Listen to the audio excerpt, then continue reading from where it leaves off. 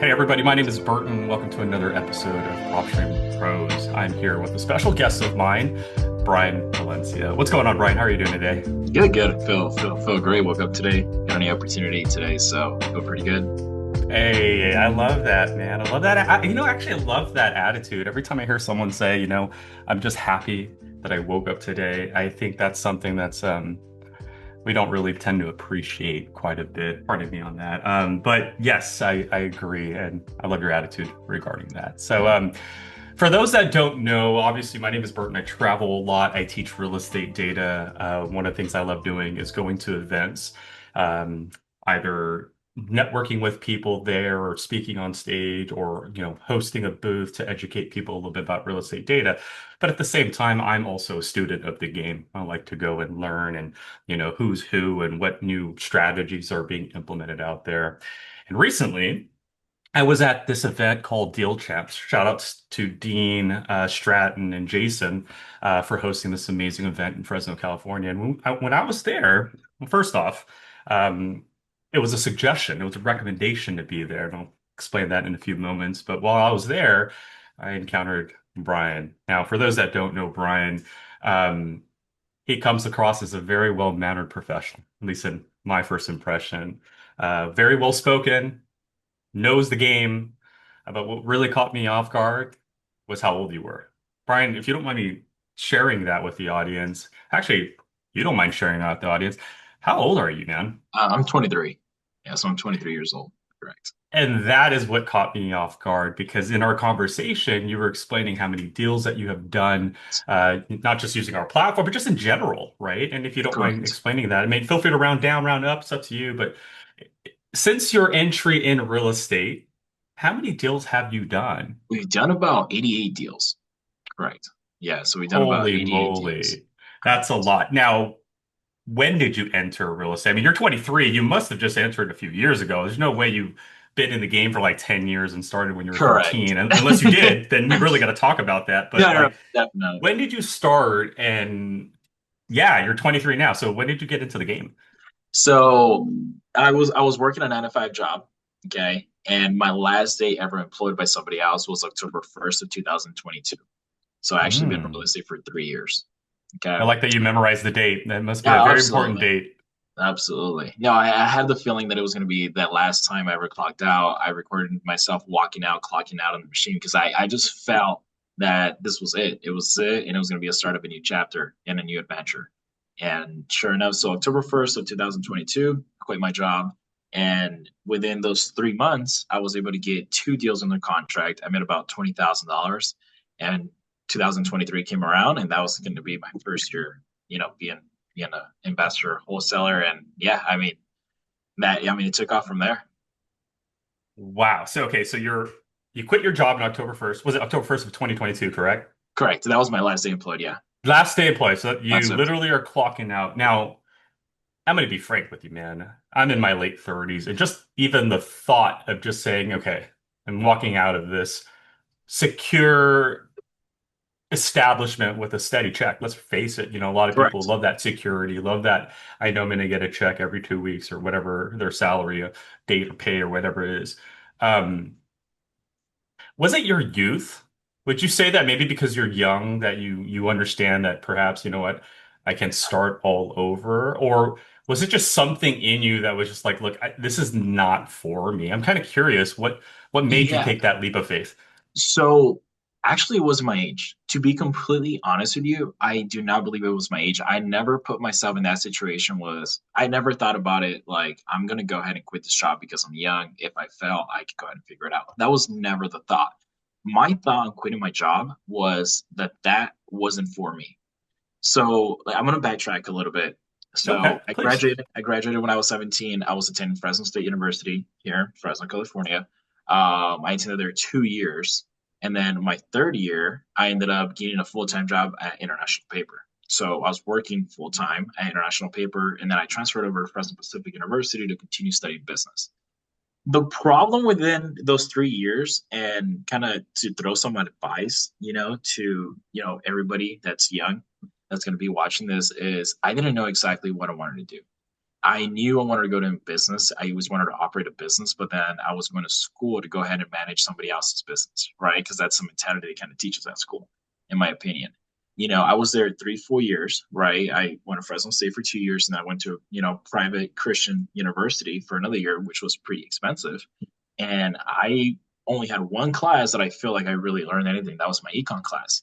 And that was it. Everything else that I've learned in my like investing journey or money per se, I've learned it off YouTube, or I learned it off, people, blogs, right? Articles, that kind of stuff, right? Because I started investing in stocks since I was 18.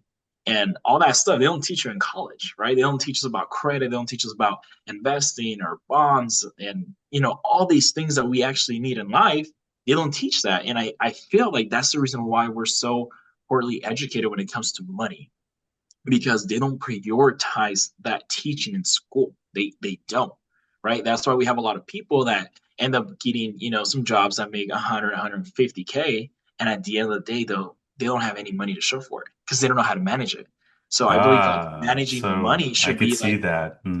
a class in itself, managing money. Hey, like keep your, credit cards, they charge this crazy rate. Go ahead and keep that as low as possible. Your credit score is really important if you're trying to get loans for X, Y, and Z. Make sure you keep that really good, right? Save your money, move it here, all that kind of stuff. Like they don't teach that in school, right? And I Okay, feel wait. like, Before we go any further, yeah, this is just what's interesting. Okay, this is what I mean. Like when I was your age, right, 23, this is not my thought process. Like I'm thinking about what's the next rock show we're gonna go to? When's the next line? Who's on the next lineup? I mean, stuff like that. At what point did that start becoming interesting to you, right? Like like not too many 23-year-olds are out there talking about credit score and, financial literacy. Let's face it. So when did that start intriguing you, or has that always been a thing? Like, did you always just grow up like, hey, I want to make a lot of money? Like, where did this originate from? Like, where's the root of wanting to know financial literacy? Where does that come from? Where does that originate from, man? my upbringing. So my Really? upbringing has to do with it. I think 100%. I think if I was born into a wealthy family, I wouldn't be this motivated or work this hard to obtain what I have obtained and what I want to continue obtaining. I feel the upbringing and how I was raised really like forced me to think outside the box. And I decided to go ahead and kind of change that. So I'm going to go ahead and share a little bit about my upbringing. So, I was just gonna say, if you don't so yeah, mind, man, because I of think course. this is very important. A lot of Yeah, people of out there course. might be either in the same situation or have experienced it, or, Yeah, knock on wood, it might be around the corner. Maybe this could teach them a little bit on how to pivot. correct. Correct. So I was born in Visalia, California. This is where I grew up. I lived here pretty much my entire life. And, my parents, again, they never taught them, right? And they didn't know how to do the whole manage money. They never had really good jobs, so we were always struggling. So, growing up, when I was, 5, 6, 7, 8, 10, all the way to I was like 12 years old, like we definitely struggled, right? I was the youngest out of four. And I mean, there was very little money. We had a two-bedroom, one bath apartment here in Visalia, here in the north side of Visalia. The reason why I say north side is because that's the bad side of Visalia. And in that little apartment, it would be my mom, my dad, my older sister with her baby, with her husband, and then it would be my other sister, me, obviously, and then my brother, right? So I don't even know where half of us would sleep, right? But we lived there for like 2, 3 years, and then we ended up moving to a different apartment. And by that time, my younger sister had gotten pregnant. So now, my older sister stays in that apartment. Now we move out, and now again we only have 2 bedrooms. So we had my sister and the baby sleep in one bedroom, my parents in the other one, and me and my brother used to sleep on the floor, right? And we couldn't even open the closet. We couldn't even open the closet to the room because we were, that was our bed right there on the It's floor. that cramped, yeah. So, but during that time, I was going to work with my dad. He used to clean floors and wash carpets. Okay. And I would see that he would work really hard and it just wouldn't pay off, right? Like, you would think, okay, in Mm. life, you're going to work really, really hard at this job and you're going to get paid a lot of money because you're working really hard. And in reality, that's not the truth, right?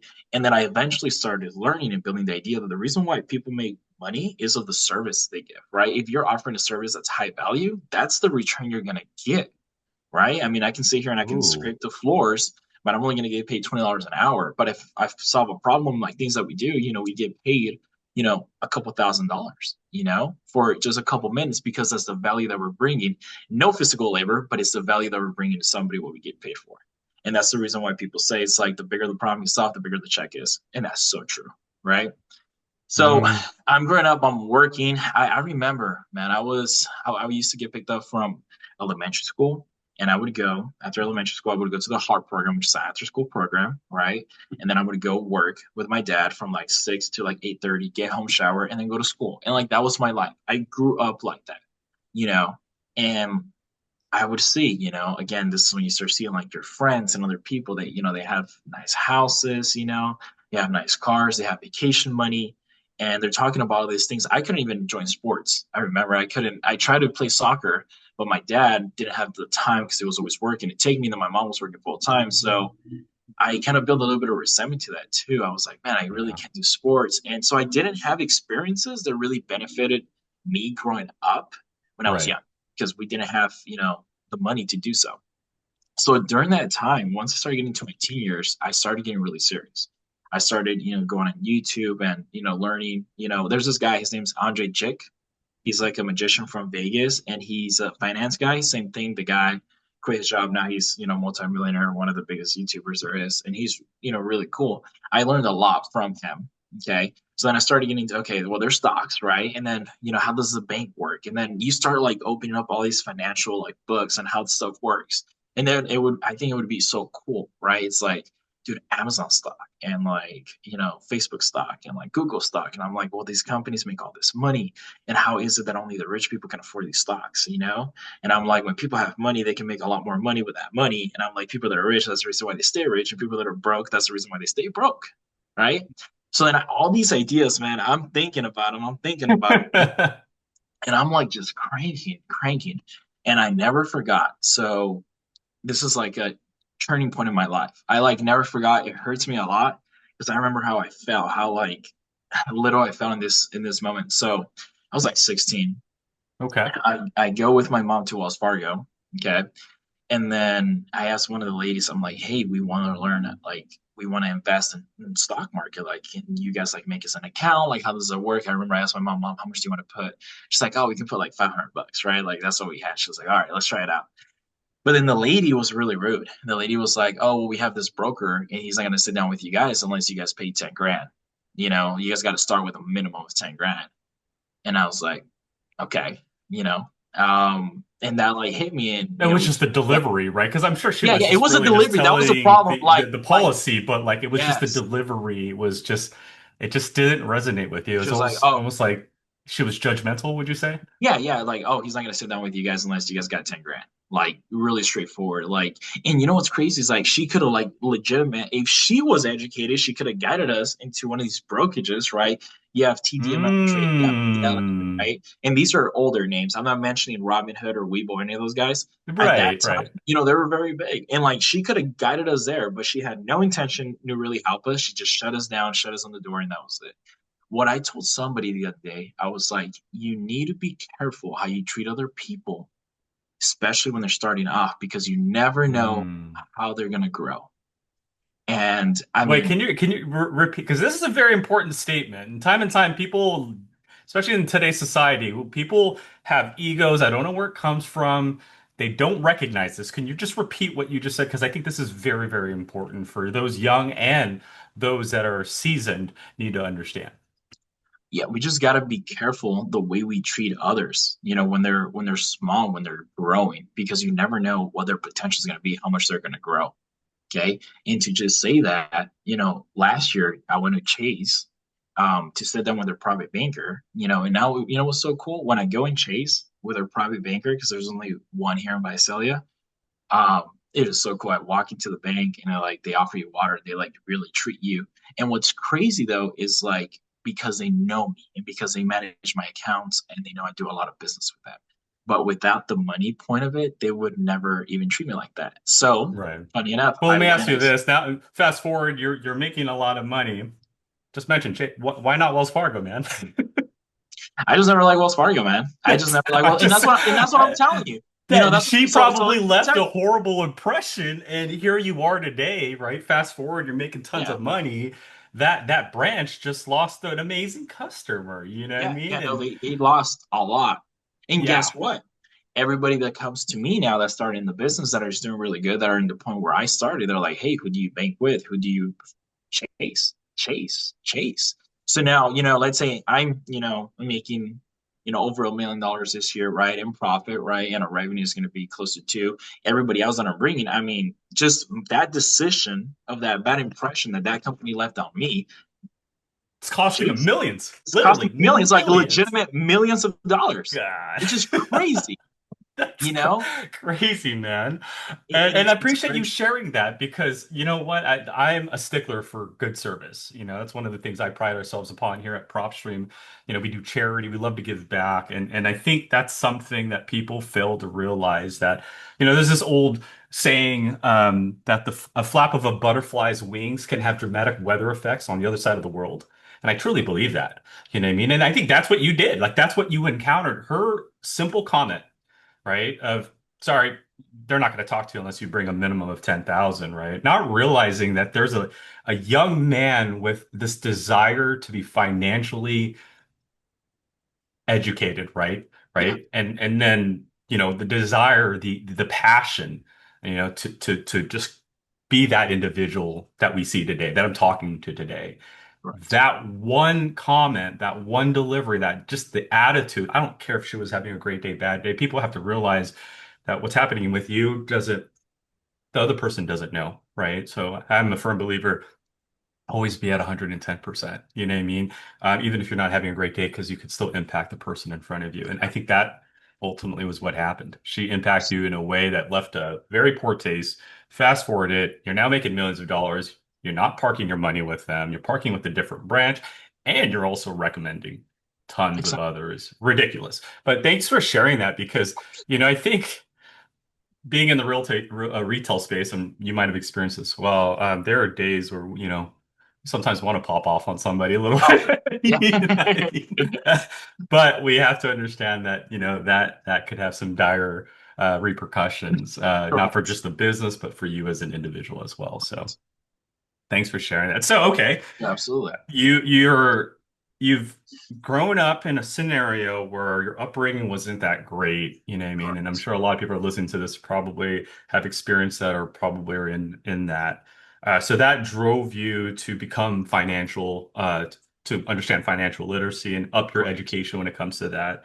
Now, I know that didn't happen overnight because you still took the route of going to school, right? So was there still a part of you that was like, okay, not too sure if this is actually like gonna work out. So I'm still gonna take that traditional route, that and I don't mean to offend anybody when I do air quotes, but that like traditional safe route of let's go to school, let's get a degree, because that's gonna translate into a good job, security, supposedly, 9 to 5, make money, pay the loans off, life is grand, right? Mhm. So you didn't take that route. What was the Right. fork in the road? Like eventually you were like, okay, this obviously isn't working out for me. And you mentioned it earlier, Like, going to yeah. school while working, you realize that, okay, Yeah. as someone who wants to learn financial literacy, the work is not providing me that. And these courses I'm taking, besides ecom, it's not doing that. So what was that moment of I'm jumping? I'm besides October 1st of Here it is. 2022. The job environment that I was in. Really? That Okay, was the elaborate. one thing. Okay, so that was the one thing that like completely made me open up my eyes and realize that I was in the wrong atmosphere, that I was in the wrong area. I so like I said, I was going to school, and the job where I was working at, it was only supposed to be, 40 hours a week. Well, 40 And this hours was straight, international paper you were saying, international right? paper, correct. Okay. Well, what do So they do, if you don't mind me asking before we go further into this so conversation? they're trading in the they're trading in the Dow Jones. They're a really big Okay. company. They're on the Forbes list. They just boxes, like paper products, boxes, like Okay. big boxes, like for Halloween, the pumpkin big boxes. It's called triple wall. It's called triple Yes. Yeah. wall. Yeah. Yeah. Okay. Yeah. Yeah, so it's like those big heavy boxes that carry materials and hazardous materials and stuff like that. These boxes are probably 10 feet long by 6. by 6 feet wide, super long, super heavy, super, I mean, pretty expensive. No, not your So, U-Haul moving out of your apartment oh boxes, yeah, no, right? no little boxes. No, we're making only like big boxes, making the big boxes for Amazon and store all their little boxes inside. So that's what the company did. Okay. But so this was during COVID. This was during COVID actually, and COVID hits, and then everybody, right? Everybody's just using boxes to get deliveries, right? So then, the company's cranking. I go from working 40 hours. I have a pay stub that I never lost. I think in a week I worked about 80, like 82 hours. I'm not even kidding. I Because used of those, COVID and the demand increase, right? yes, Obviously for demand increase. boxes, because everybody's ordering online now, I take it. Yes. Um, you went from 40 to 82 hours. I mean, isn't that a good thing if you're trying to make money?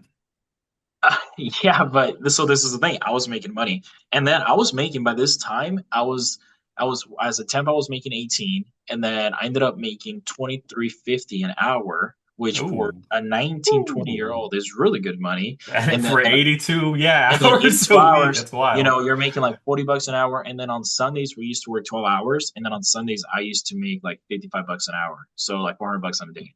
So like my checks, I was making like 6K a month, 6 to 7K a month take home. And like that was good. I mean, for a Yeah. young kid, like that's good. You know what I mean? Like I'm I living mean, with you my wanted parents, money, you got the money. I get So, money. But yeah. here's what happened. I Okay. looked around and all I did was work.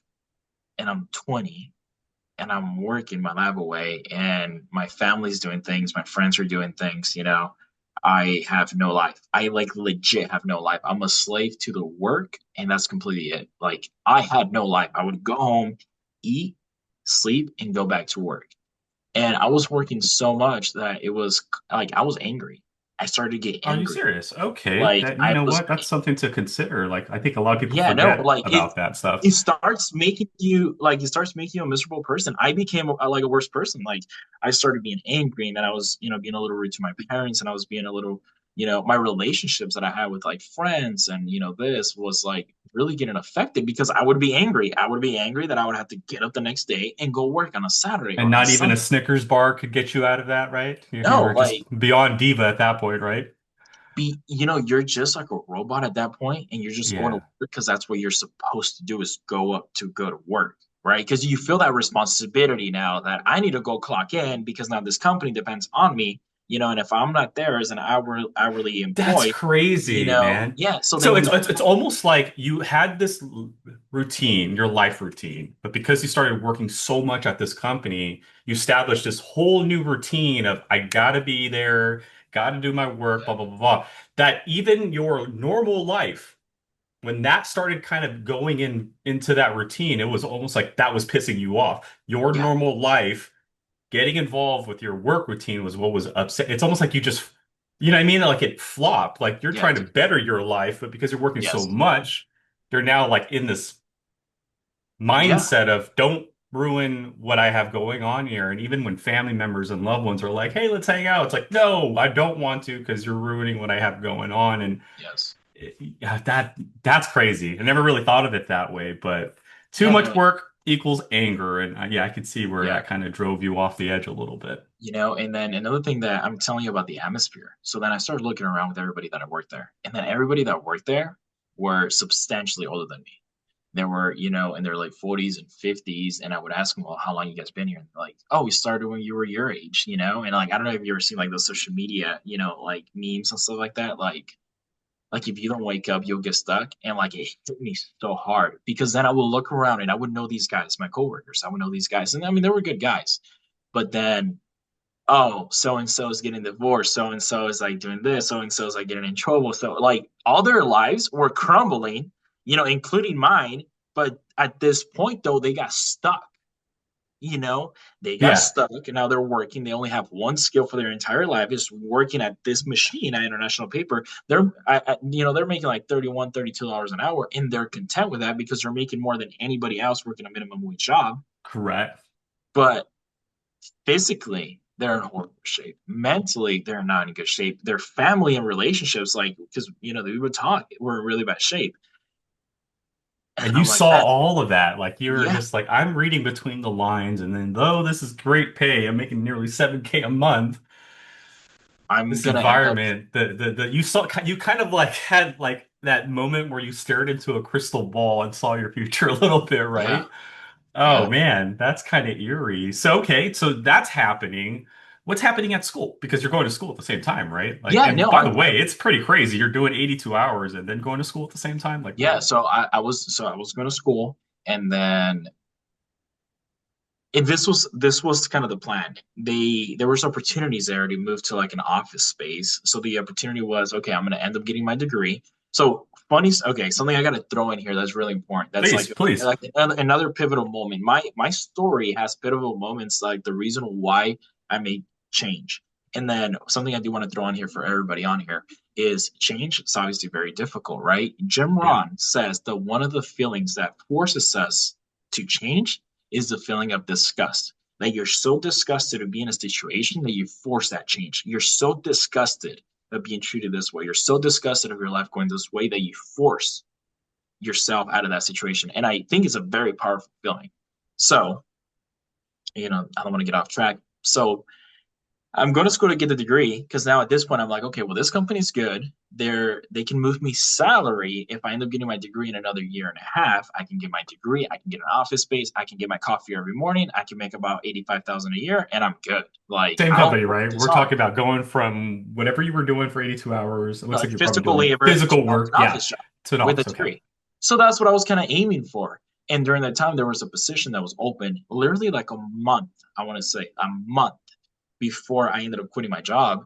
There was there was a position open. There was this other guy, and there was another guy and me. That was it. Okay. And it was a good position. I think it made about 80, like 80, 85K a Uh-huh. year. Okay. And he had a degree. He had his degree from Fresno State already. He was maybe 6 years older than me. So obviously he had, more work experience and he had his degree already. I was still going to finish my degree. I obviously I mean, I was going to school. My grades were good. I mean, I was going to wrap it up. I just wasn't there yet. I interviewed and I didn't get the job, even though everybody else promised that I was going to get the job because I was the person that was more qualified for the job. I didn't get the job, and at that moment, obviously, I felt horrible. You start asking yourself, okay, well, am I worthy? Like, Yeah. Did man, this company this was my value me and shot. stuff like that? You start Right. thinking all these negative thoughts, and then obviously after I thought about it, after I go on to do my real estate business and stuff, I'm like, man, if I would have gotten that job, I would have probably not quit. I would have probably not attended that real estate meetup, and I would have never done any of the stuff that I've done. And I would be there making $85,000 a year, right? And we wouldn't be having this conversation And right we now. wouldn't be having this conversation. And That's then crazy. Apex Home Solutions wouldn't have ever, been established, or the And people that 83 homeowners would have not had their problem solved. That's crazy. exactly That's freaking crazy. Okay, so let's take it back a little bit. So you're at work, you're working 80 plus hours, you're at school, you're trying to achieve this degree to hopefully get this position, right? Which again, you don't know whether you're going to get or not, right? Unfortunate that they skipped on a huge opportunity, but at the same time, a blessing to you because it changed your life in a sense, right? Like you said, Jim, was it Jim Ron that you said? You Jim were Rohn. just Yeah. disgusted with the situation that it forced change. Again, was it Jim Ron? And what did you recall what the book was? Because I'm sure people are going to probably be asking this. So it was on YouTube. So if you look up YouTube, Jim Jim Rohn, Ron. he has a couple books. He's an amazing speaker. He's a business philosopher. You have to listen to him. He's amazing. YouTube, just put it on the card, listen to him. Shout outs to Jim Ron. One of these days we're probably going to need to reach out to him and get him and you together. I mean, like, hey, Jim, you changed this man's life, man. Let's see if we can work together. Maybe do something together, collaborate you two together. But that's awesome. So, okay, so full time 82 hours. You're seeing this vision, right? You looked Correct. into the crystal ball. You're like, okay, things are kind of not great foreshadowing wise, Correct. right? You're at school, you're realizing school's not offering me what I want, which is financial literacy, besides Correct. econ. You mentioned the real estate meetup. Yes. How did you hear about it? Why did you want to hear about it? I guess let's put ourselves there because it's not like something like, oh, it just appeared out of nowhere, right? Like Correct. this real estate fairy showed up and said, hey, go, right? Like you had, I would say, when it comes to real estate, two things in my mind for those that are watching, and you might be, guilty of this. I was guilty of this. One of the biggest misconceptions that I think is that when you try to understand real estate, a lot of people think that you have to take some sort of course or even sometimes get a license. I see this quite often where people are like, oh, maybe I should go to school to learn real estate, or maybe I should go and study to get my real estate license, right?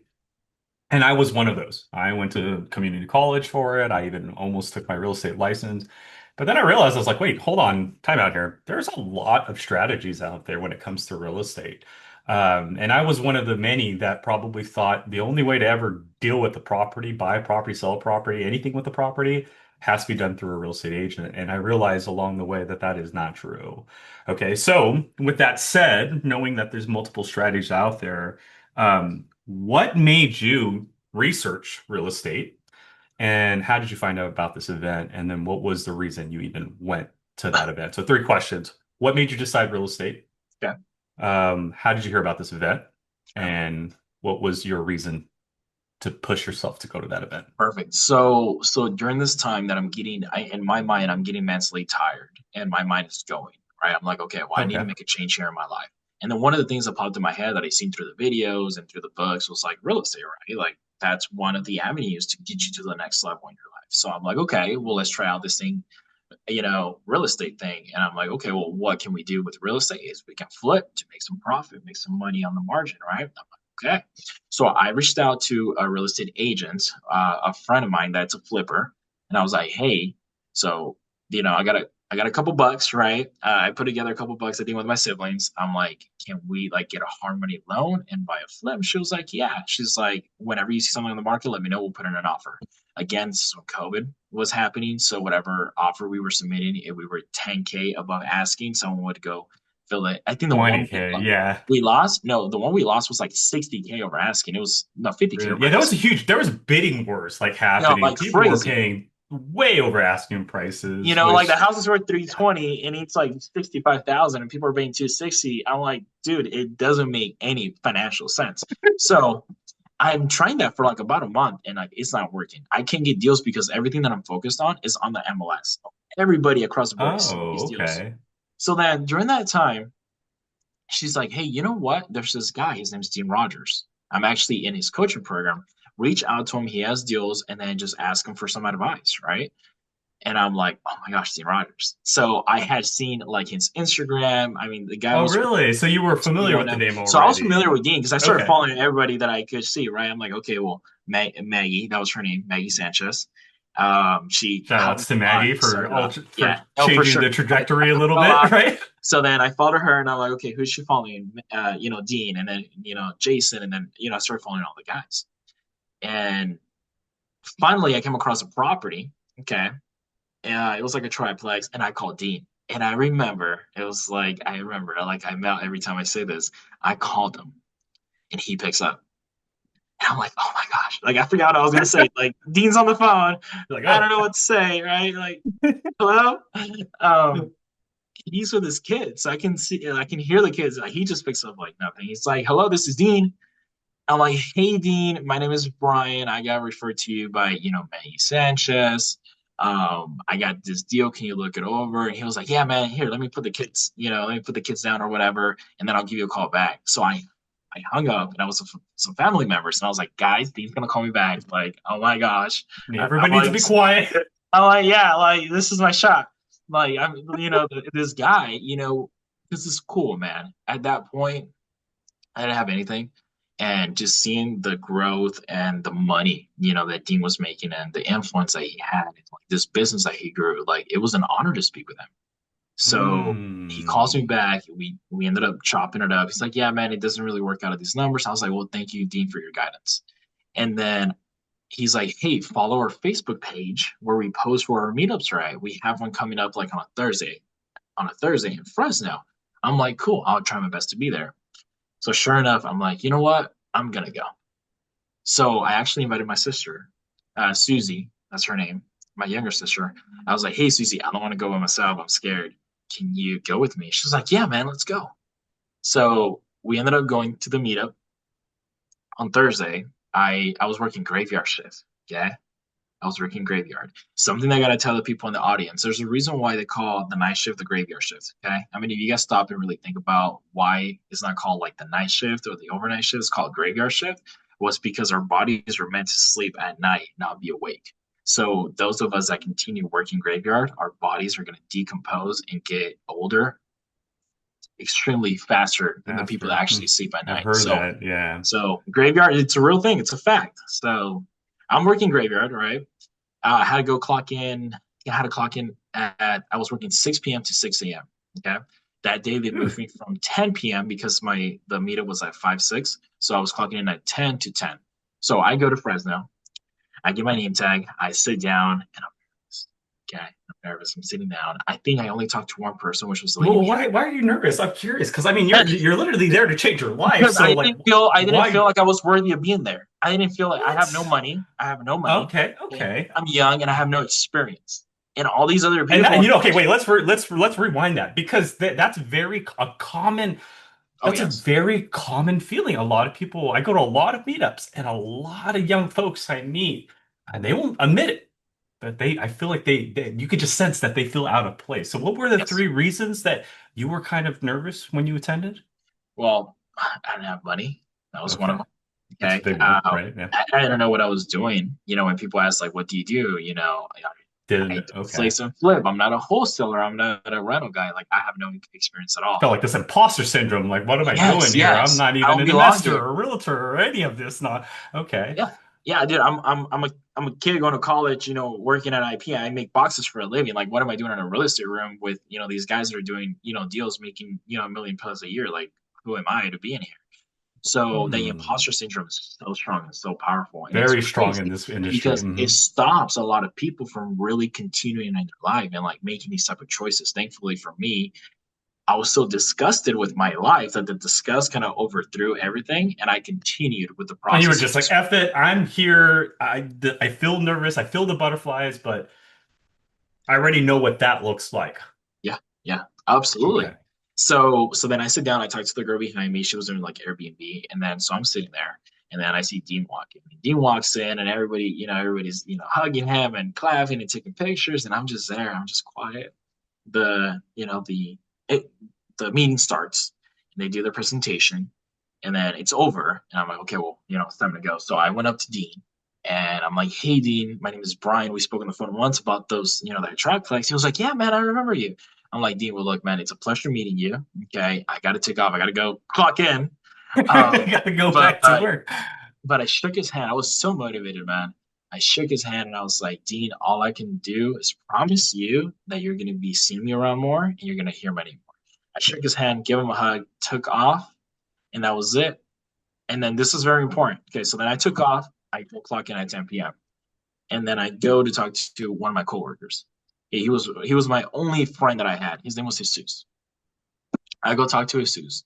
Jesus is about 35 at this point. He started working there when he was in his early 20s, like Kind of me. like your big brother at work, kind of, Yeah, right? yeah, pretty much. And Yeah, he had dude. two kids, he had to support his family and stuff. So then I'm like, hey, Jesus, dude, I went to this real estate thing and dude, I want to do it. Like, I want to wholesale and I want to flip, even though I don't know what I'm doing, but I want to do it. Like, I really want to do it. He's like, do it. And I'm like, what about my bills? Like, I'm scared, man. Like, I got bills, I got car payment, right? I got electricity. My mom's gonna kick What me out the about house. hey, that's a big question that a lot of people will stop their Yeah, entire like uh, should I explore this route? What yeah, about man. my bills? So it's like, well, what's going to happen? I have no money coming in. How am I going to try something that I have no idea? My family has no background, right? I'm like, dude, if I don't make it, my family does not have the means to support me. So, like, if I don't make it, I mean, dude, You're it's the going black to, sheep of the family. Now they'd be like, "What are you doing? yeah, Like, yeah, yeah, you exactly. had a great job and you just Yeah. oh yeah, I, you could I, have I was been making you could have more gone from money. hero to zero in a I was second, making bro." more money, than my two of my three out of, yeah, because my sister was a therapist, so she was making about 120,000 a year. So Well, let she me was ask you kind of the this one who was because making the you know most. what? Growing up in a very similar environment and you're making that much money, probably, let's face it, probably making more money than most of the people in the household at this time, right? Correct. Um, when I was in that scenario, the family became reliant on that.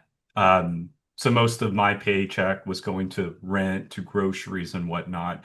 And that kind of, for a lack of a better word, kind of put an anchor Mhm. on my decision making a little bit, on pivoting, right? So was that part of, did you feel that a little bit when you had when you were like, what about my bills? I know you're not that word my. I know you're using the word my. What about my bills? But is my really what about the family's bills? Like because you probably are thinking like if I make this decision and it doesn't work out, like that could dramatically impact the whole household. Am I correct in Yeah. saying that? Yeah, no, 100%, because that Okay. means, that means that whatever I was able to provide before, I'm not. That's going to put that stress on my parents, right? And at that Right, point, it's just my right. mom and dad and me. Everybody was out the house already. Thankfully, my parents, bought their house at a good time and their mortgage was really low. So Okay. their mortgage was $712, which is amazing, right? So you, Jesus is educated, oh, motivating you. Jesus, it's like, Jesus. yo, So he tells me, dude, go quit your do job. it. He's What like, about my bills is your response, but yeah. what happens next? He tells me, man, he tells me this. He's like, dude, I was young like you once and I didn't take my shot. Now I got two kids, I'm married, I'm stuck here. And Hey, I'm stuck.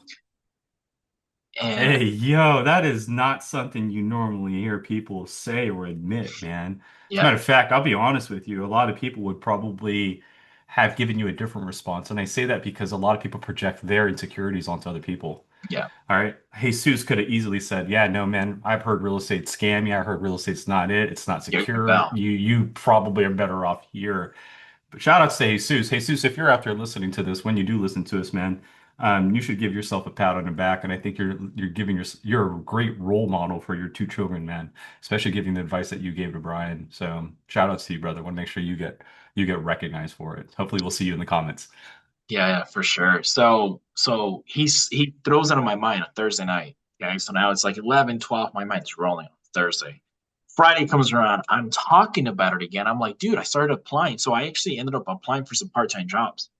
So I'm like, okay, dude, I'm gonna apply for some part-time jobs. That way I'm gonna go ahead and leave this full-time job, go to part-time so I can do part-time, right? Oh, so you Because can you can at least have something some income. while you're I using the other 40 hours of your 82 hours onto the side thing, right? Okay, And then he smart. tells me again, I'm like, this guy's wise. He tells me, dude, look, and he's like, we had a whiteboard, and he's like, look, okay, so you're gonna get a part-time job, okay, you're gonna make it up here. He's like, okay, well, you're gonna get a part-time job, you're gonna go up and up and up and up. You're gonna make it. It's just gonna take you way longer. He's like, instead of going straight, just quit your job and go all in and go straight. Don't look for a part-time job. Just go straight. I'm like, oh man, you're making it rough on me. And this is So Jose. Or Jesus. I'm sorry. This is Jesus. yeah, Okay. this is Jesus. I'm like, okay, all right, Jesus, you got a point. You got a point. And so then eventually, finally, it's I go to work on Saturday. This is a big decision maker here. I go to work on Saturday. I clock in at 6 p.m. It's probably 1:32 a.m. and I'm washing the machinery. Okay. At this point, I was in a different position, working on a heavier machinery where I was making a little more money.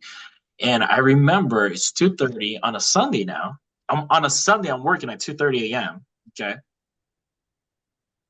I was laying down pressure washing something. I'm cold. I'm wet. I'm by like a heat press. So I'm also hot at the same time. So I'm hot and cold. I'm exhausted, dude. I am mentally drained because I was going to school and I was working. And then I'm laying there and I just looked up and I was like, dude, what? And I cussed. I said, what in the F am I doing with my life? I said, what am I doing with my life? I'm like, I'm 20 years old. What am I doing working here? Like, what happened to like me having this life that I wanted to be successful and having money and having an amazing life? Like, what happened to me, dude? I'm 20 and I'm working here already. Like, that was not part of my plan at all. So next morning, um, so I mean it's 2:30. I go home, I ate, showered, slept. I get up about 2 p.m. By 5 p.m. I decide to go ahead and quit my job with a family. I said, hey, you know what? I'm going to quit my job. And literally like 10, 15 minutes later, I cannot like make this up. I get a text from Dean. Like if he knew what I was going to do, I get a text from Dean and he's like, hey man, here's my link. Okay. If you want to go ahead and, fill it out, submit it, and we'll see if you're a good fit for our program. And I said, you know what? This is the universe talking to me. The next morning, I called HR, submitted my 2 weeks. I dropped out of college. I filled out the paperwork to not drop out, but to pause college. I never went back. And then I made the decision to also sell my car. So I had a Honda Civic. My car payment was $300 a month. and it was during the time where the car market, the used car market went up a little bit. Yeah, So I because the called, and they were gonna give me chips, they were like a out of thousand. chips. Yeah, they were out of chips. There we go. They were gonna give me like $1,000 more than I paid for it. So I was like, you know what? I'm gonna Nice. sell my car. I dropped out of college. I quit my job.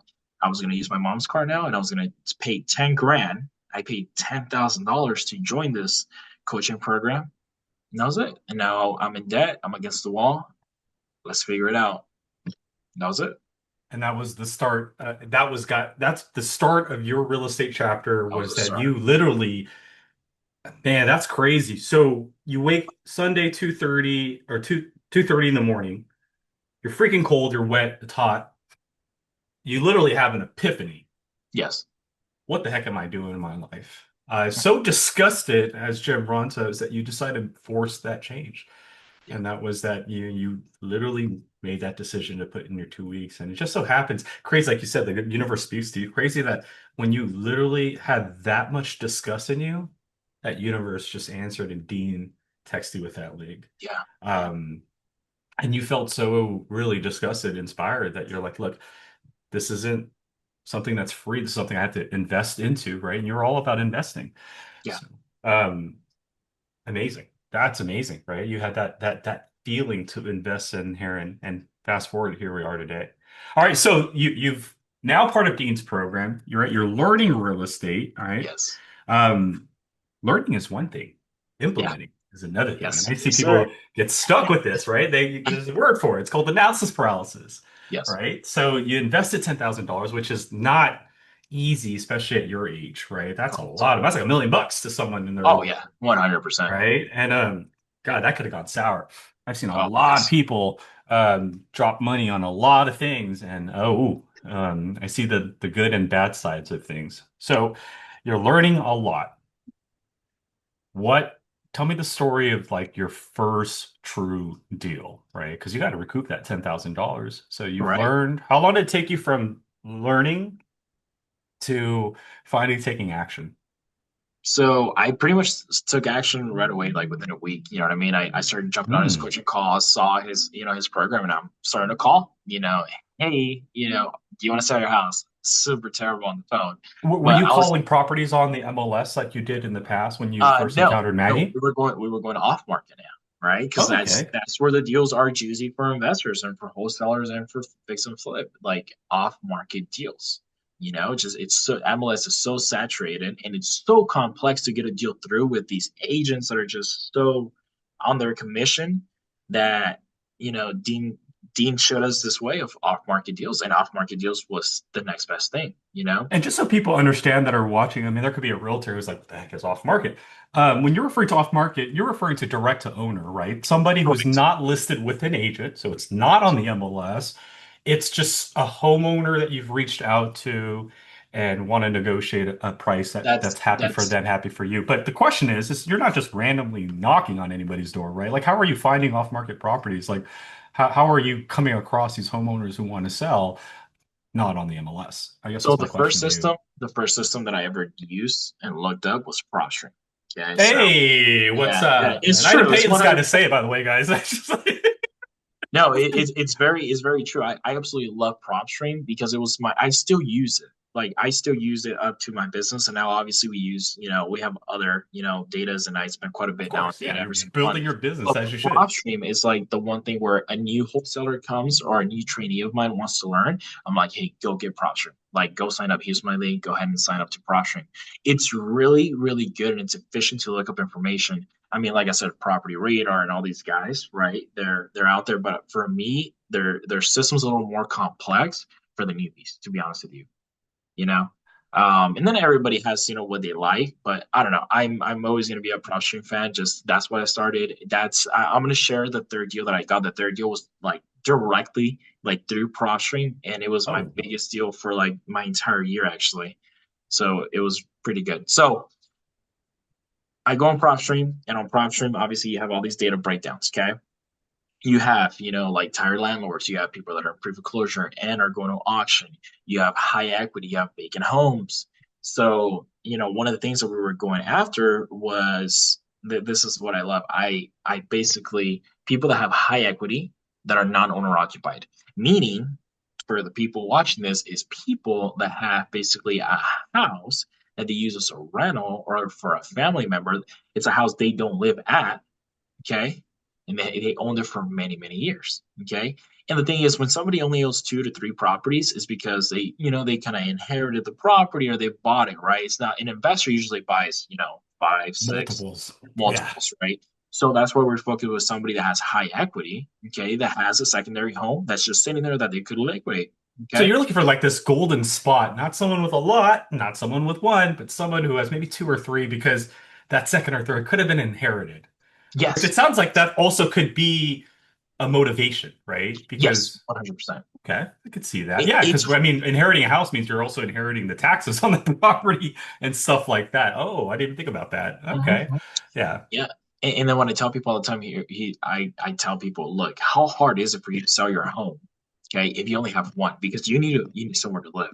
So what's the motivation behind selling the home where you live at, right? Like that's very hard to do. If you have another house that it's a rental and you need the money, why wouldn't you liquidate that? It's not going to affect your actual life. So that's what I tell people to go after Mm. those leads. And then I started going after foreclosures. Foreclosures was like nonstop. Pre-foreclosure, Yeah. foreclosures, nonstop. That's what I was working on. So my first deal, let's go back to my first deal. I on Dean's coaching program, he was allowing us to cold call somebody's leads. Okay. Well, yeah, cold call pretty much and make the direct contact with those leads. And the way it would work is if we actually ended up locking up with those leads, we would split the profit. So I never forgot my first deal was in was in Bakersfield. It was a guy that I called. Okay. He's like, yeah, man, I want to sell because I'm moving out of state, but I want to stay at the property for 3 months after we close. But I wanted the money and then I want to stay in the property for 3 months. So me being a newbie, what do I do? Oh, okay. Well, whenever you're ready to sell, please call me back. Okay. Because in my head, I'm like, okay, well, how is he gonna get the How can we money? make a deal now if you don't want to go till How can we make a later? deal now? So Yeah. I literally left it for like a couple of days. Like a couple of days went by, and this guy's like, I want to sell, but you got to figure out my problem, right? There it is. There You it got to figure out is. my problem, because I don't have money to move, and I need 3 months to stay in the home so I can move out my stuff, and I'm not getting kicked out, but I do want to sell. So I'm like, yeah, I can't help this guy. Who is gonna buy a property, leave this guy here for 3 months? Like, how's that gonna? Then I talked to one of Dean's acquisition people. Dean, one of his acquisition people. I call him. I'm like, hey man, I got this guy, and he wants to be, living there for 3 months. And he's like, yeah, man, we do that all the time. I'm like, really? I'm like, well, What? how do you do that? Yeah, like how do you do that? This is He's what like, I'm yeah, talking man. about. Like you going into this industry, people forget like there's all these weird like strategies that you can implement. I would have again to your mindset, well, okay, if you don't want to sell in 3 months, then I'll call you in 3 months, and then we can do something in 3 months, not knowing that there's something that can be done right now. This is amazing. Thanks for sharing this, man. Yeah, yeah, of course. So then I'm like, well, what is it called? He's like, it's called a seller holdback. So what we're gonna do is we're gonna hold back X amount of money in escrow. That way we make sure that this person moves out and they'll pay us rent for every month of there, whatever the market rent is. I'm like, man, that might work. So then I call the gentleman back, Bakersfield, okay? And he's like, yeah, man, I want to meet. So I drive from Visalia all the way to Bakersfield. Oh, and then they told me, hey, like grab him something to eat. You know what I mean? Like that might like motivate him to sell with you. Yeah. I'm like, okay. So then I go, It's and good then what tip, did by I? the way, guys. Food, food Yeah, food. to get to the heart of a seller. Bring them Yeah. food. So he told me some place. I forgot where it was. I get out of Bakersfield. I go get him a steak from this place. I pay like $30, I want to say. And I get his steak. I take it to him, but we talk. No contract signed. First meeting. Oh, Okay, okay. no That's contract signed. love that, man. So a couple now that I think about it, I'm like, okay, did I not like say the right things? Did I not push hard enough? Like, what was it? But every time I would show up, though, I would be in his house for like 3, 4 hours. He would just talk forever because he wanted a friend. He was an older seller and he just wanted to talk. Like that's all he wanted to do. And that was great. So then I go back home. I'm like, man, I really can't make this work because he was like kind of letting it off. He's like, yeah, man, I got to think about it. Second time, boom, show up, walk out without the contract signed. I'm like, man, what am I doing wrong? And Dean's like, dude, just be persistent. He's gonna sell you the property. It's just taking him a little while. He keeps telling you Right, it's taking him a little right. while. It's a big decision. Third time, I called him, hey man, this is the game plan. I'm good to move forward with if you're good to go. He's like, show up today and I'm gonna sign the contract. And I'm like, he's like, bring me another steak. I'm like, all right, say no more. So here we He go for the said, third "Bring time. me another snake." The time I Yo, show third up, time's the charm, man. yeah, show up with another steak. Yeah, And running then up the does the bill on contract have steaks. like steak grease on it or Yeah, something? yeah, yeah. It's like an A1 steak sauce stain right on it. And Right? you know what would be funny is that Yo. every time I would take him steak, he would like sit down, talk to me, and eat it right in front of me. Like that's what he would do. He would eat in front of me. And I'm like, okay. So the third time I get the food, I show it to his house, and I'm knocking. He's not opening the door. I drove all What? the way. I'm like an hour and a half drive to come all the way over here. With the It's like, steak in my hand. dude, I'm like, I need to close the deal. Like, I got to pay my credit card for the money for the coaching program. This is already November 20th. So I've been about 2 months without a job. Two I'm like, months, yeah, right? Yeah, dude, October 1st. I'm stressing. I'm stressing. Knocking, knocking, knocking. I call Dean's acquisition guy. And I'm like, hey man, this guy's not picking up the door. He's like, dude, continue knocking. Call him, call him, call him. Eventually he opens up the door. He's like, hey man, sorry, I was doing some yard work in the back. I'm like, dude, I almost had a heart attack out here waiting for you. Like, you don't know what you put me through. So then he lets me in the door. He eats, and I'm like, okay, so are we good with everything that we talked about? He's like, yeah. He gets the paper. I show him where to sign. He looks it over. He's like, perfect. He signs, gives me the paper, and we talked. It took me maybe like 8 hours of conversation, and he signed the paperwork like in 30 seconds. He didn't even really look. He just looked at it, signed it. He's like, we're good to go. And three steaks, never forgot. It took 3 steaks and 8 hours to get that contract signed. We get the And a new contract friend, signed. because let's not forget that, man. You changed this man's life, and Yes, at the end of the yes. day, some people forget. Maybe it wasn't the You money, know what I maybe never it wasn't forgot? any of that stuff. You Yeah, know what's what I up? never forgot is he signed the document and he gave me a hug. And like I Bro, thought that was amazing. I'm like, that I is amazing. Like he gave that. me a hug. Like he gave me a hug, and I just thought that was crazy. And it was without him knowing that it was my first deal. Yeah. Like I'm sitting there getting the contract signed, and it's my first real estate transaction that I ever done, and I don't even know what I'm going to do with this contract, but I'm getting it signed, right? And this is the part where it goes like sometimes you don't really got to know what you're doing. You just got to make sure you do things ethically and just forward, push forward. And that's it.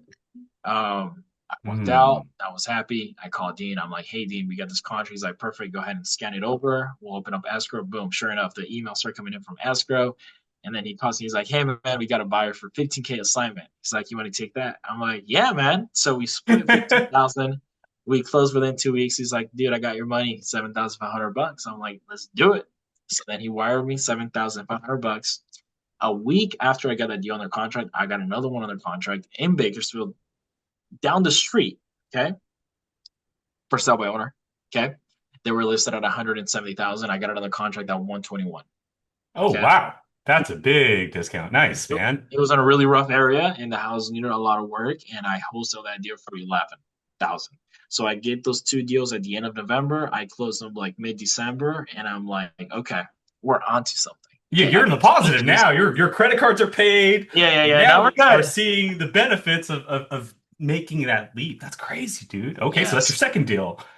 Second Third deals. deal. This one's a So big one. So then the third deal, okay, the third deal, I could have, again, because I was new, I could have made a lot more money than I did. But at the end of the day, I've learned so much on this deal. Right. It was a foreclosure.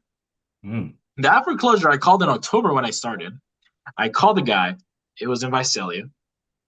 I called the guy in October. I'm calling. His dad picks up. I'm like, hey man, I'm looking for. They had the same name. Hey, I'm looking for so and so. He's losing a house. He's like, oh, that's my son. I can go ahead and give you his number. Okay, perfect. So boom, take down his number. Okay, so now I call his son. The son was like changing a tire on the road or something because that's what he told me he was doing. Call the son. I'm like, hey man, your house is going to auction like in 2 months. Like, I'm interested in helping you. Let me see what I can do with you. I would hate for you to lose the property to the bank. That was in October. He's like, yeah, yeah, yeah. Eventually, he kind of threw me in the back burner. He texted me. He's like, hey, man, look, not going to proceed. I'm not going to sell. I'm going to figure out the house. Sure enough, I'm walking another house in January in Visalia. And for some reason, the house popped up or it was on my auction.com. And I'm like, dude, that's the same house I called. I got this guy's number.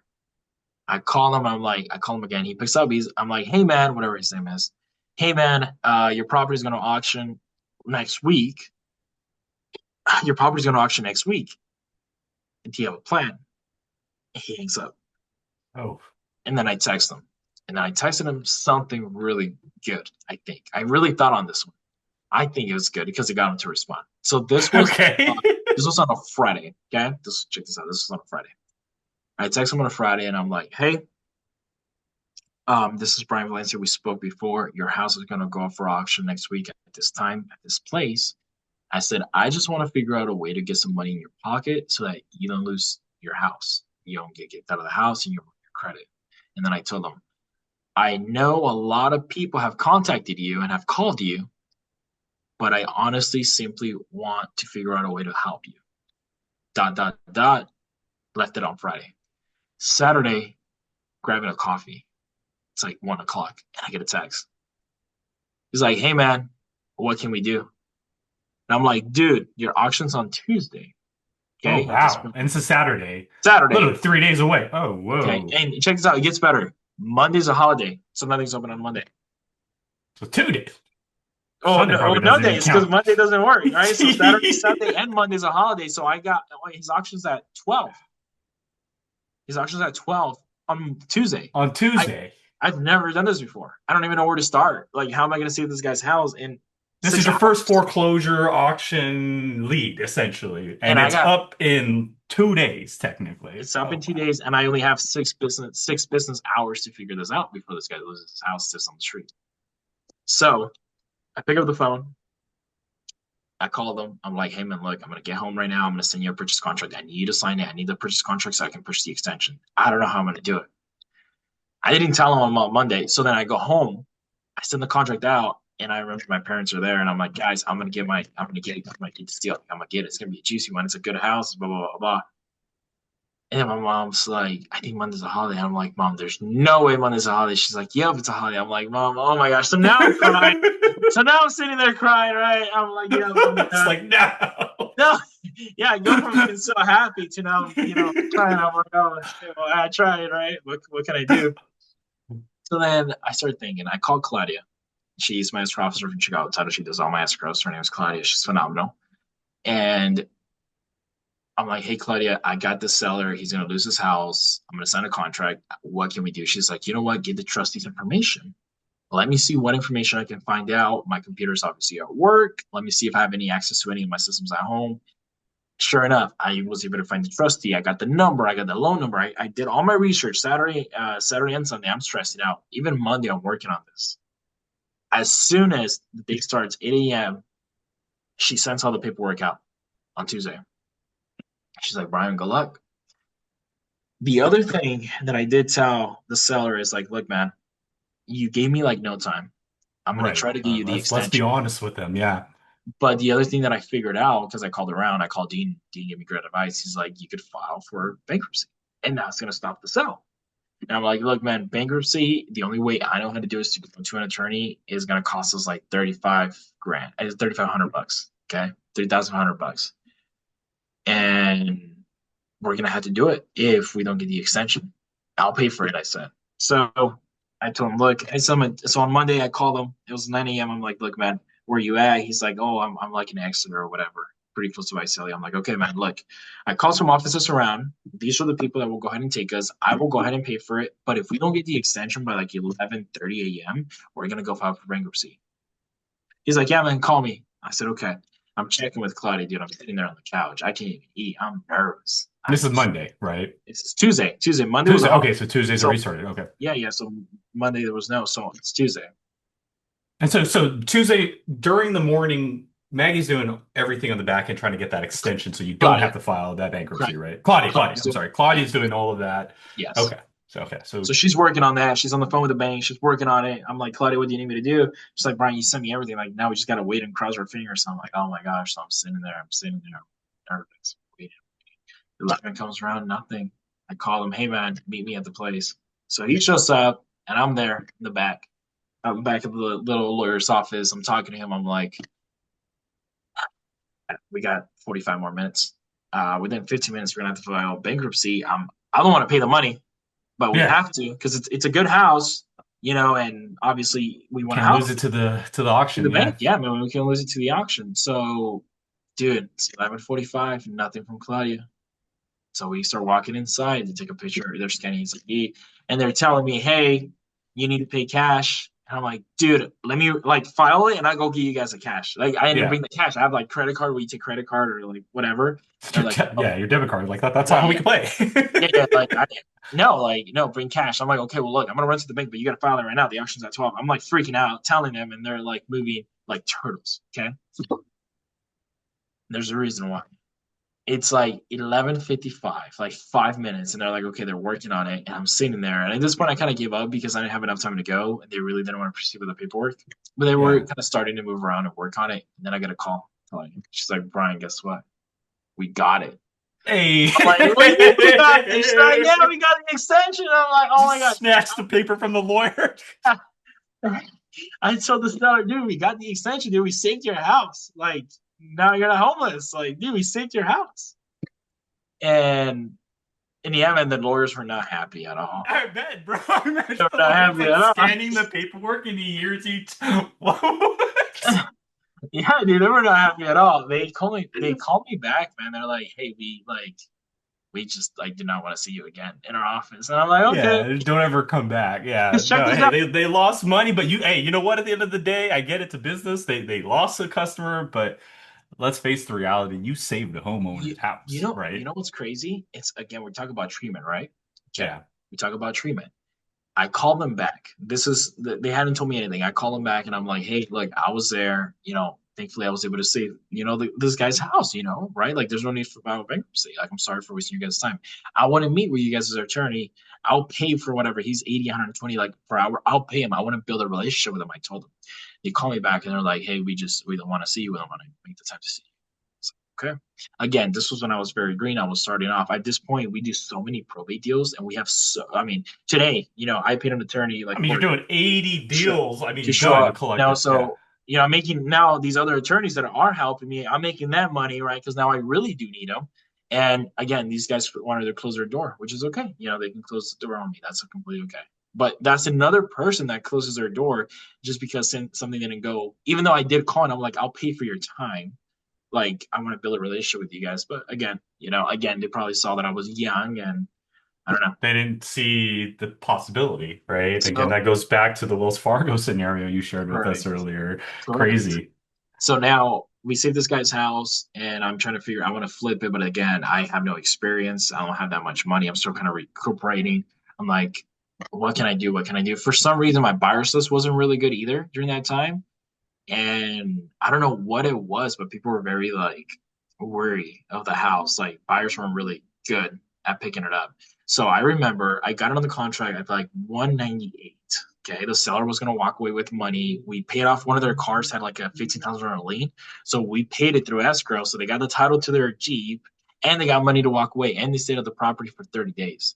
I wholesaled the deal for 2020, 223,000. I mean So you got it 25. for 190, 223. Okay. Yeah, 198. Yeah. So I mean 25K. Boom, close the deal. They flipped the house for 350. They sold that Oh, house for God. 350. Okay. How much did they put? Do you recall how much they put into it? Dude, it didn't need much. I think they put like 60K into it. And You're probably like, they made yeah. a killing, bro. They made a killing. And that's when my eyes open where I'm like, dude, there's something wrong here. Why did I mess up? Yeah. Now I have really good buyers list. That house I could have wholesaled it at 250 all day. That house I wouldn't have even wholesaled. I would have just So what you learned on your third deal was obviously a lot from the relationships to the attorneys to the foreclosure, getting more time and all the intricacies behind that. But at the end of the day, what you really learn is a buyer's list, having a really good buyers buyer's list. list. Yeah. That's so how much money did you said you would have lost? So because you got it for 190, you sold it for 223, but you're saying you could have probably sold it for 270? No, I would have nowadays I would have probably flipped it, and I should have flipped it. I was just scared, but I could have probably wholesaled it for like 245. So I think I left a good 20K on the table 20K on that. So you could have had a 40. easily, Dang, that's easily crazy. But I 20K. mean, now that you've learned, now it's like I mean, you've now become a Swiss Army knife in a sense, right? Because now you can Oh do yeah, flips and flipping, you can do lease options and seller carryback. and So all I this. Stop. Now Yeah. now that's the thing. That's the beauty of it, right? When you start your business and you start building your capital, it's like now I don't gotta worry or check on anybody. I can make the trigger like, hey, we need to close like next week. You need to wire 250K. Like, yeah, say no more, dude. You are the guy that says, yeah, let's Yeah, I'll go be ahead there and tomorrow. do Like it. I'm managing my money. It's my money. Like I don't gotta check on any hard money lender and a private money lender. Like I got that cash, no problem. Now I have full control of my business, and that's what's pretty cool that I can make the decisions with confidence because I mean I don't gotta check with anybody else, just myself. So Brother, I'm so happy I got to talk to you today because this is amazing. I mean, we literally went through your journey, right? And there's someone out there that's probably has gone through it and they're smiling because they're like, hey, someone else made it out just like I did. There's someone going through it right now, and this conversation that we've had probably will hopefully inspire them to make that change, right? Maybe they are going through that disgusted moment, or that disgusting phase in their life that's gonna force that change, and then hey, there's probably someone in your situation right now, that young version of you who's just, thinking there's no change possible, all right, that their life can't get any better, but that's not true. So I know we've talked for quite a bit, and I do want to kind of wrap this up. I don't want to take too much of your time. I want to respect that. So I just have a few questions for you, all yes. right? And this is hopefully going to be more for the audience. Um, any big mistakes that you've made along the way that you think someone out there should know? That way they don't make those mistakes, right? Now it could be, again, you mentioned the buyers list perhaps. What would be that one thing that you would love to teach everyone that could apply at any chapter in their real estate journey? The people who you choose to be around in your business. And I'm talking Mm. good and bad. Okay. Um there's there's some people. So there in life, okay, there's givers and there's takers, okay? And when you sit down in front of somebody, you can kind of sense how what they are, okay? I've sat down with people that just ask me questions though, but for me, I just feel like it's like in a malicious way to just take whatever value I have, but not in a positive way. Does that make sense? Like they just want to take Yeah. away to go ahead It's almost and like like they're draining your life energy yes, in a yes, there sense, we go. right? Yeah. Yeah. And then you have people that are, generally like excited and happy and learning. I was like, hey, like, how did he do this? Right. Like, those are the questions. Yeah, man, like this. And those are the people that I want to guide. My biggest thing, man, is I want to help and guide people because I was able to do it. I need people to understand, especially young men. And I tell this like to the younger guys that are, in their 20s and 30s. Like, it's just you have so much potential and power. Like you are a male, okay? You are a male that has full capacity of your life. You can do anything you want and get self-educated, not only when it comes to money, but self-educated in life. Like learn how to be like, an alpha. Like at the end of the day, like be how to Yeah. be like a very dominant male. Like run your life. Like run your life. Don't let other people, other men, run your life. That's kind of the take. But back to the advice, just make sure you include people that are going to be a positive impact in your business. Get around people. When I was starting off, the thing I should have continued doing more, which I did, and it benefited me a lot, but I should have done more, was get around people that genuinely wanted to help me see my growth and learn. Mm. Learn as much from those people. Like if you're a newbie, you need to get someone that's doing deals. You need to get someone that's doing fix and flips. Figure out how to add value and like learn because there's nothing better than really learning from somebody that's down to earth that's with you instead of over like a webcam or that kind of sense. And then again, people that you sense that are just there to go ahead and kind of drain energy from you and take from you, those people you got to get them out as soon as possible. That's why a Love lot of business that. partnerships like fell, right? It's like, oh, it didn't work out with so and so because all like this stole money or this didn't happen or it didn't work out. Well, cut those people right away as soon as they do something, like just let it go, right? If it's something that you can't fix, just let it go. So that would be my advice. Just hang I around love good that people. advice. Very cliche in a sense because there's a saying, your net worth is your network, right? Like it's who you know that makes your value. But to your point, there's a little twist to that. It's not just anybody. You got to bring the right people The right into your people. network in order to get that net worth that you're trying to get for Oh yeah. yourself. That's amazing, brother. I really appreciate that. My last question to you, and then I'll let you go because I'm sure you got other homeowners to solve and problems to take care of. Um, Brother, where do you see yourself in the next 5 years? Like, do you think real estate's going to always be your thing, or do you think that this is kind of just a stepping stone to really be who you are? Do you see a bigger inspiration in yourself, a bigger goal that you have in mind? Yeah, I do. So I actually have quite a few, right? Okay. So I always tell, lately I've been asked this question a lot. Like, hey, like, what are you going to do with your business in the next couple of years? I'm like, okay, well, I always want to keep this business alive. I always want to fix and flip and wholesale and do this kind of, I like love this business. But in the next couple of years, there's a couple. I got a passion project, okay? And Okay. hopefully I'm gonna say it on here so that I keep myself to it, is I want to own a coffee shop. Okay. I really want to open Mm. up a coffee shop here in Visalia or Tulare, California. I want to own a coffee shop and I want to be my coffee shop. I love coffee. I think it's going to be a great business, and I think it's just going to be very It will beneficial. definitely be a great business. So, so that's one. And then two is I want to start moving my business strategy right into buying businesses, like small businesses, to be honest with you, right? So right now, Mm. something that's in the horizon is actually starting a landscaping company, like doing high-end jobs for high-end clients when it comes to landscape, okay? Not just like cutting a lawn, right? I'm talking like, stones and, turf and all this like fancy design. So that's something that's in the horizon. And there's a couple other avenues. I don't have my GC license, but I do in the next by the next couple of years. I do want to have my GC license, and I want to be just go and do custom homes and do projects for clients. That's another thing that I want to do. So pretty much everything that just will make money. That's what I want to go ahead and start and buying these little businesses.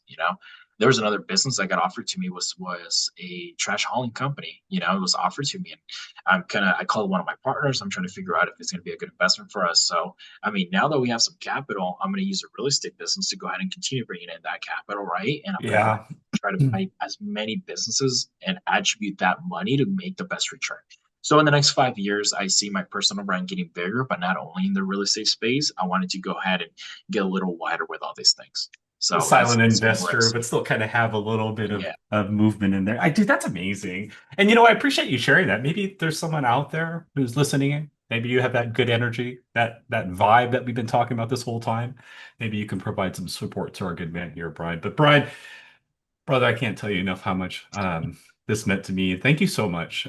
This not only meant a lot to me, but I'm sure someone out there that was watching this, it resonated with them. Maybe it inspired them. I look forward to catching up with you in a few months, absolutely. just kind of check up and see how things are going, maybe hold you accountable and make sure that you're doing your landscaping thing Yeah. and buying up those businesses and whatnot. But Yes, sir. amazing, man. Thank you so much. Look forward to our next session. But until next time, thank you everyone for tuning in. My name is Burton, and hope you join us for our next episode of PropStream Pros. Until next time, take care.